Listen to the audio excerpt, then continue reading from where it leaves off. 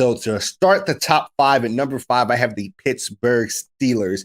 Last year, they were number 3 in takeaways, yards allowed, and points allowed, which means this defense is overall strong, right? What keeps them at 5 for me is they lost 2 really, really good defensive starters, and Bud Dupree to the Titans and Mike Hilton to the Bengals. I feel like their defense is going to take a pretty large hit because of this, but they're still at top 5 because we know Mike Tomlin emphasizes the defensive side of the ball, and they still have a lot of talent on this team.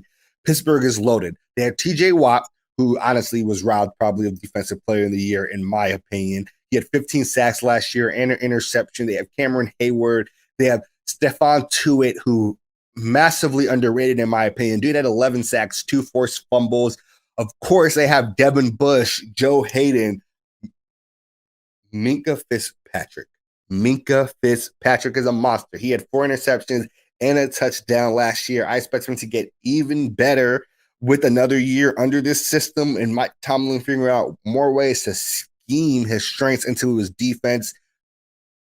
And they have people like Terrell Edmond and Johnson Lane, who were also on the team last year, will have more continuity under them. And it's just hard to count out this Pittsburgh Steelers defense, because it's really hard to count out any Pittsburgh Steelers defense.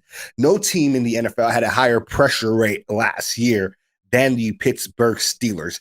And they've had one of the best pressure rates every season of the last 2, almost every season of the last 2 decades.